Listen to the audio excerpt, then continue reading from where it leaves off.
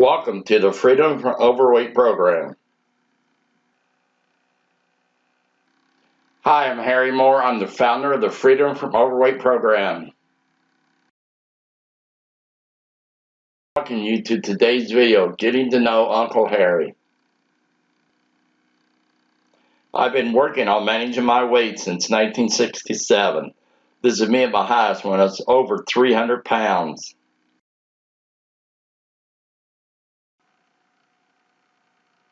The lowest I've been is 165, so today I'm in between the two weights working to reach the lowest again. This journey we're going to go on isn't about the most you've ever weighed and whatever the lowest you want to get down to. When I joined Weight Watchers 20 years ago, the first thing they did was write down your goal weight. Obviously at 300 pounds, that was overwhelming to me. So when the receptionist tried to sign me up to say, well, what's your goal weight? I wouldn't do it. She said, well, how much weight you want to lose? And I said, 5 pounds. And she looked at me, she said, surely God, you want to lose more than 5 pounds. I said, no, I don't know about Shirley, don't know about God, but all I want to do is lose 5 pounds. Another puzzled look on her face. She said, what are you going to do after you lose 5 pounds? I said, I'm going to give myself a non-food reward. She said, why non-food reward? I said, because the food rewards is things that got me in this room. Let's not worry about what a goal weight is or an ideal weight is at this time. Let's just focus on losing our next 5 pounds and working on keeping it off forever. Trust me, if that happens, that will be a success.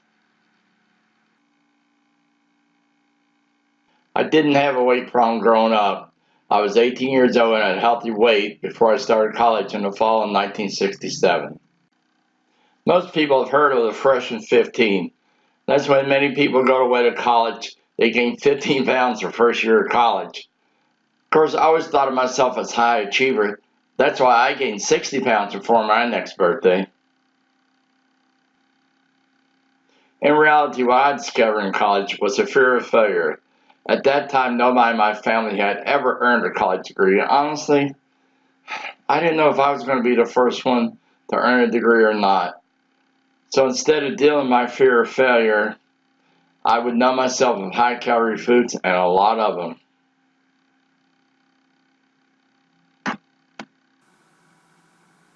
A lot of people asked me during the summer of my sophomore year, what in the world happened to you during your freshman year allowed you to gain 60 pounds? What I told most people was what I discovered was cheeseburgers and french fries. In reality, what I discovered in college was a fear of failure. At that time, nobody in my family had ever earned a college degree. Honestly, I didn't know if I was going to be the first one to earn a degree or not. So instead of dealing with my fear of failure, I would numb myself with high-calorie foods, and a lot of them. After I got through my freshman year of college, I felt comfortable that I could also complete my sophomore, junior, and even my senior years of college. So even though the feel of failure didn't go away, it did get a lot smaller. So I was pretty well able to maintain that 60 pounds that I gained my freshman year of college. Because I hadn't learned how to deal with my fear of failure during my college years. When I started teaching shop at Walnut Hills High School in Cincinnati, I gained around 20 pounds that year. I never seriously tried to lose weight until I was around 30 years old. My first attempt at losing weight was in 1980 with Nutrisystems. I lost about 20 pounds while I was on the program. Unfortunately, I stopped the program, and not only did I gain that 20 pounds back, but I also gained an extra 30 pounds to go along with it. My next attempt was with OptiFast in 1985. With them, I lost 80 pounds, stopped using their program. Not only did I gain back that 80 pounds, but I also added to it an extra 59 pounds, which then took me up to my highest weight ever at over 300 pounds. Whoopee! In 1996, I joined Weight Watchers. I joined them with my brother and my sister-in-law because it was a lot more easier and more enjoyable to do it with friends or family members. During a 2-year period of time, I lost 139 pounds, was able to maintain that weight loss for 15 years, and during that time, I was a full-time leader for Weight Watchers. I'm not blaming any of their programs for my last success with them. It wasn't their fault. The following are reasons I wasn't as successful as I wanted to be. The reason I wasn't successful with Nutrisystems as much as I wanted to be was the reason that I joined. I didn't join because I was ready to lose weight. I just joined because the lady I was dating at the time wanted to lose weight. She wasn't trying the Nutrisystem, so I tried it as a way to support her in her weight loss. The only problem was when she quit, I quit. Not the right reason to start a program. The reason I wasn't successful off the fast as I wanted to be, again, I wasn't ready to do it for myself. I did it because of my wife at the time. She said to me, Harry, if you love me, you'll lose your weight. She wasn't being mean. At that time, I had high blood pressure, high cholesterol, high blood sugars. I was a mess. She was very supportive during the period of time I was losing my 80 pounds. Unfortunately, shortly after reaching my ideal weight, we were hosting a party. During that party, she saw me eating a piece of pecan pie. The look on her face was unbelievable. It looked like she looked as if I was shooting up with illegal drugs. Unfortunately, after she saw me eating that piece of pie, she quit supporting me in my efforts.